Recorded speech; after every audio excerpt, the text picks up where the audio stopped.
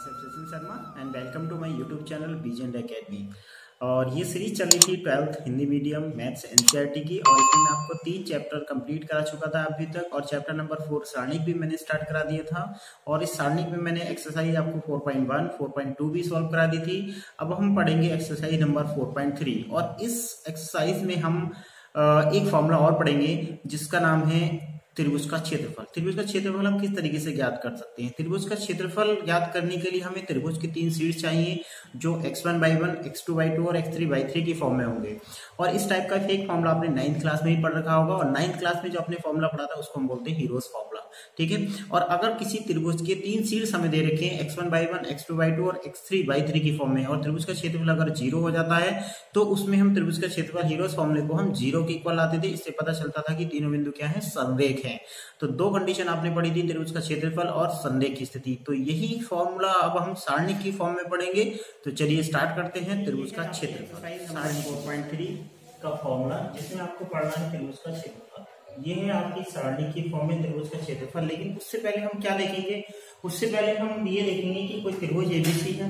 उस त्रिभुज एबीसी में त्रिभुज ए की जो निर्देशांक है वो x1/1 है। त्रिभुज शीर्ष बी के निर्देशांक x2/2 है, और शीर्ष सी के जो निर्देशांक है वो x3/3 है। अगर इसका फॉर्मूला आपने पढ़ा था, जो आपने 9th क्लास में पढ़ा था, वो आपका हीरोज फॉर्मूला। अब वो हीरोज फॉर्मूला कुछ इस तरीके से होता था कि त्रिभुज का क्षेत्रफल 1/2 x1/2 - y3 x2/3 - y1 और x3/1 - y2। ठीक है। इसको कैसे याद करते हैं, इसका भी एक इजी मेथड होता है, वो मैं अभी आपको बताऊंगा। लेकिन सबसे पहले स्टार्टिंग में चलते हैं हम, और यहाँ पर हम त्रिभुज का क्षेत्रफल हम सारणिक विधि से पढ़ने वाले हैं। ठीक है। तो सारणिक में हमने क्या लिखा है, त्रिभुज की जो शीट्स होते हैं x1/1 x2/2 x3/3, उनको हमने पहले स्तंभ में जो x होते हैं यानी भुज होते हैं उनको लिखा है, और दूसरे स्तंभ में कोटि यानी बाई को लिखा है। इसके बाद जो तीसरा स्तंभ है उसमें मैंने 1 1 1 1 लिखा है। तो याद रखेंगे, भुज पहले स्तंभ में, कोटि दूसरे स्तंभ में, और जो आपके 1 1 है वो तीसरे स्तंभ में लिखेंगे, और आगे 1/2 आएगा, और इसे हम लिखेंगे सारणी के फॉर्म में। अब बात करते हैं सारणी के विस्तार की। अगर हम सारणी का विस्तार करना चाहें तो उसे हम पंक्ति के रूप में भी कर सकते हैं, स्तंभ के रूप में भी खोल सकते हैं। लेकिन यहाँ पर फॉर्मूला जो आपने 9th में पढ़ा था, जिसको हम त्रिभुज का क्षेत्रफल हीरोज फॉर्मूला पढ़ते हैं, उसकी फॉर्म में लाने के लिए हम इसे खोलेंगे फर्स्ट कॉलम C1 के सापेक्ष। अगर हम C1 के सापेक्ष खोलेंगे तो यहाँ पर आएगा आपका प्लस माइनस, और ये होगा आपका प्लस। तो सबसे पहले अगर मैं प्लस x1 के सापेक्ष इसको खोलता हूं तो x1 को ऐसे क्रॉस करने पर ये आपका उपसारणिक बनेगा x1 के लिए। इसी तरीके से माइनस x2 के लिए उपसारणिक बनेगा, और ये x3 के लिए उपसारणिक बनेगा। अगर हम इसको सॉल्व करते हैं तो ये हमारा y2 - y3 आएगा, ये y1 - y3 आएगा, और ये y1 - y2 आएगा।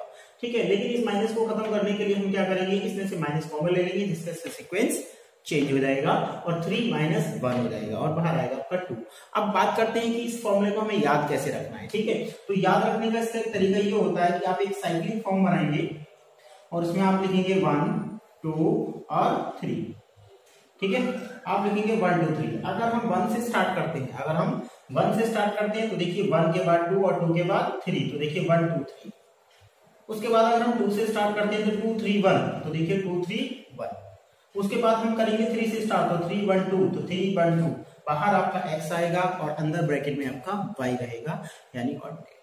इसका एक मेथड और भी होता है करने का, जिसके लिए हम क्या करते हैं, जो शीट्स हमारे लिखे गए हैं त्रिभुज के शीट्स, उसमें x1/1 x2/2 x3/3 और x1/1 को एक बार और रिपीट कर लेते हैं।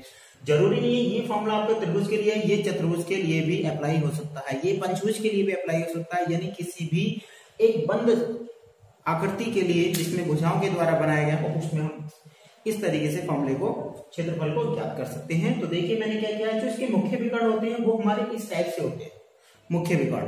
ठीक है। तो मुख्य विकर्ण x1/2 x2/3 x3/1 इनको लिखा है मैंने प्लस में, और जो आपके द्वितीय विकर्ण होते हैं उनको लिखा है मैंने माइनस में।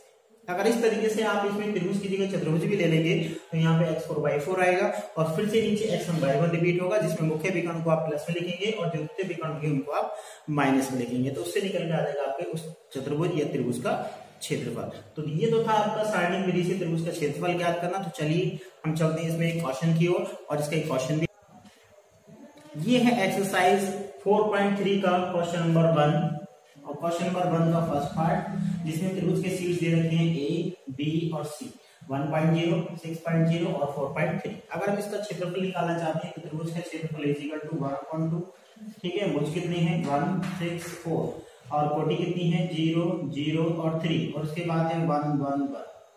ठीक है, अब बात करते हैं सारणी के विस्तार की। तो मैंने आपको बताया होगा सारणी के जो त्रिकोण होते हैं उसमें किसी भी सारणी का विस्तार करने के लिए हम उस पंक्ति स्तंभ के सापेक्ष खोलते हैं जिसमें अधिकतम 0 दिए होते हैं। तो आप देख रहे हैं दूसरे स्तंभ में अधिकतम 0 आपको दिखाई दे रहे हैं, इसमें आपके 2 0 है तो हम इसे केवल 3 के सापेक्ष खोल देंगे। तो ये हो जाएगा आपका 1/2 multiply plus minus plus minus plus minus plus minus, तो ये होगा आपका -3 और इसका सारणिक जो बनेगा आपका इस तरीके से क्रॉस करने पर 1, 6, 1 ये आएगा। तो ये हो जाएगा आपका -3/2 मल्टीप्लाई 1 -6। तो यहाँ से मिल जाएगा आपको -3 मल्टीप्लाई -5/2। अगर आपने फॉर्मूला बिल्कुल सही लगाया है, ठीक है, सीक्वेंस का ध्यान रखा है और इसमें इनके क्रम का ध्यान रखा है तो हमारा क्षेत्रफल हमेशा प्लस में ही आएगा। लेकिन फिर भी अगर आपका क्षेत्रफल माइनस में मिलता है तो उसका मतलब क्षेत्रफल को हम प्लस कर लेंगे, क्योंकि किसी भी आकृति का क्षेत्रफल कभी भी माइनस में नहीं होता। तो ये हो जाएगा आपका 15/2 वर्ग मात्रक। इसी तरीके से आप इस एक्सरसाइज के और भी क्वेश्चन कर सकते हैं। ठीक है, तो चलिए आगे बढ़ते हैं और नेक्स्ट क्वेश्चन पे आते हैं। ये है आपका क्वेश्चन नंबर 2 जिसमें आपको सी दे रखे हैं a, b plus C, C b, c plus a और c a plus b। Question में कहा दिखाइए कि इससे बनने वाला त्रिभुज नहीं है बल्कि ये तीनों बिंदु क्या है संरेख है। तो उसके लिए हम क्या करेंगे, त्रिभुज का क्षेत्रफल लिखेंगे, इसमें फॉर्मूला अप्लाई करेंगे और इसके भुज जो है आप उनको लिखेंगे, कोटि को लिखेंगे और इसको सॉल्व करेंगे तो भुजें आपके a b c, कोटि में आपकी b plus c, c plus a और a प्लस b और यहाँ आपका 1, 1।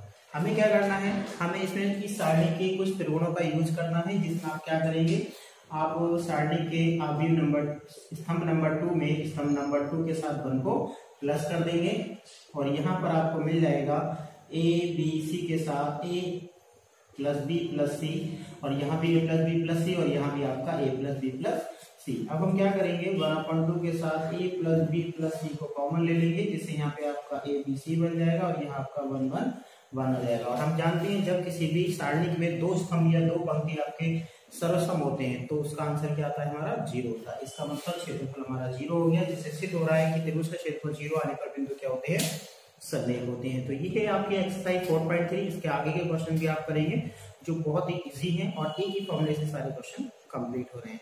Thank you for watching my video. अगर आपको वीडियो अच्छी लगी हो तो मेरे चैनल को लाइक करें, सब्सक्राइब करें और अगले वीडियो के नोटिफिकेशन को पाने के लिए बेल आइकन को भी दबाएं। Thank you for watching.